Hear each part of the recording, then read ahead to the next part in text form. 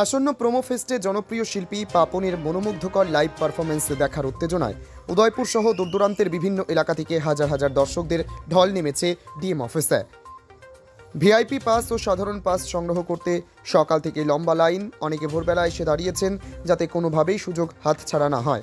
পাপনকে সরাসরি মঞ্চে দেখার আকাঙ্ক্ষায় সকল স্তরের মানুষ ভিড় জমাচ্ছেন। যুবক যুবতী থেকে শুরু করে পরিবার পরিজন এমনকি বয়স্করাও তাল মিলিয়ে লাইনে দাঁড়িয়ে আছেন। ডিএম অফিসের কর্মীরা জনসাধারণের ভিড় সামাল দিতে হিমশিম খাচ্ছেন। নিরাপত্তার স্বার্থে পুলিশ প্রশাসন বিশেষ নজরদারি চালাচ্ছে এবং লাইন সঠিকভাবে বজায় রাখতে অতিরিক্ত কর্মী মোতায়েন করা হয়েছে।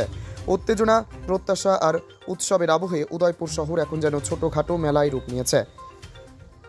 পাপনের লাইভ পারফরমেন্সকে কেন্দ্র করে এমন উৎসাহ উদয়পুরে বিরল বলা চলে। অনেকে আশা করছেন এবছরের প্রোমো ফেস্ট হবে স্মরণীয়, সঙ্গীত প্রেমীদের জন্য এক মহোৎসব। আমার বাড়ি জন্ম, ডিএম অফিসে এসেছি পাসের জন্য আর বড় সিঙ্গার আসবে তার জন্য।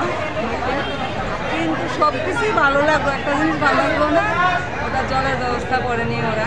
তার জন্য সবার জন্য বলছি, আমার একা না, তার জন্য আমি 2 লিটার জল একটা কিনে মানুষেরা খাওয়াচ্ছি, নিজেও খাচ্ছি। কতক্ষণ ধরে দাঁড়িয়ে আছেন? এই 3.5 ঘন্টা নাগাদ। কেন আইছো এদিকে? শিল্পী পাপন দায়। তোমার নাম কি? স্বামী সরকার। কোন জায়গায় বাড়ি? মেলাঘর। কতক্ষণ ধরে দাঁড়িয়ে আছো? 4 ঘন্টা।